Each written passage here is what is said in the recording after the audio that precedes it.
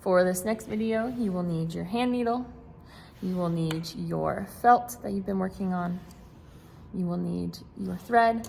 If you want to change colors of thread, you totally can, and then you'll need some shears. Today in this video, you are going to be learning how to create a running stitch. A running stitch is kind of used for more of a decorative purpose. This is one of a final product that you guys saw earlier. We are about to create these stitches. As you can see it on the outside, and then if you flip it over, you can also see there's a running stitch. I believe this is one of the easier stitches that you can do.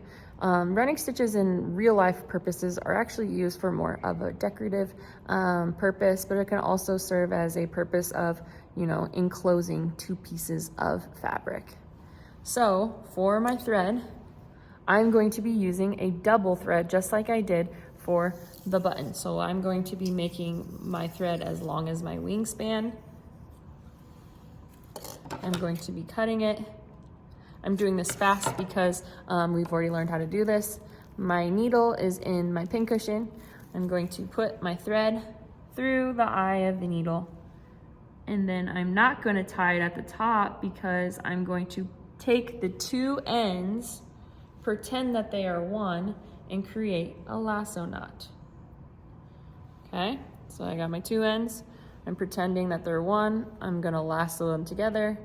I'm creating a lasso. Once again, I'm doing this fast because you guys already should know how to do this. Okay, got my lasso knot. All right, so now what we're going to do is we're gonna make sure that our wallet or button pouch is open.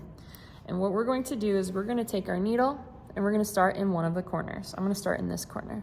What I'm going to do is I'm gonna lift up one of the flaps, okay? And I'm going to put it in the very, very corner.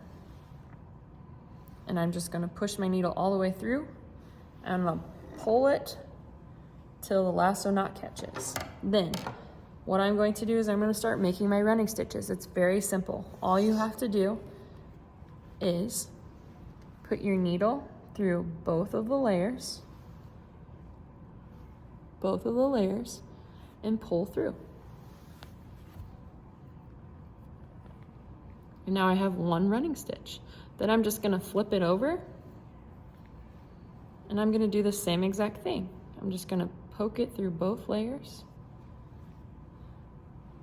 and I'm gonna pull through till it catches. So now you have running stitches, okay? You are going to create the running stitch all the way across these three edges.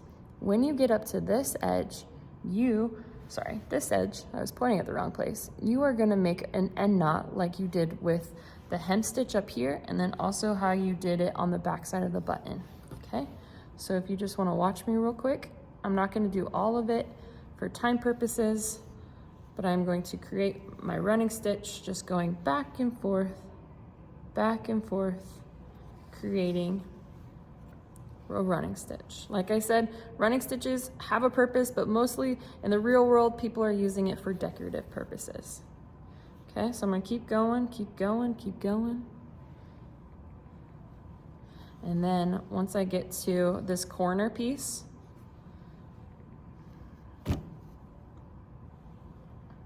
I'm just going to turn and now go down the bottom. Okay. So then I'm just gonna create the running stitch now at the bottom. Going back and forth. And I'm gonna continue this stitch all the way across. I'm gonna go all the way up. And like I said, up here is when I'm gonna make my end knot, okay? I'm going to do it 2 or 3 times, tie it off, and then I can cut it with my shears, and then you are done with your button pouch. And then you're gonna have a nice felt pouch that's gonna look like this. And then on the next page on Moodle, it's gonna tell you to grade yourself on a rubric. On Google Classroom, there is a button pouch rubric. Please grade yourself on how well you think you did.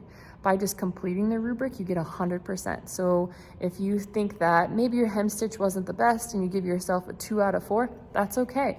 You filled out the rubric and you were honest, and then you will get 100%.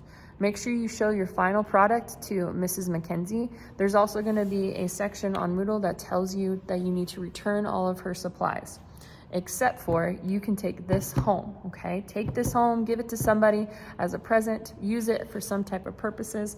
I know people have used it in the past for like snacks or put their headphones in or even their lunch card, but take this home after today.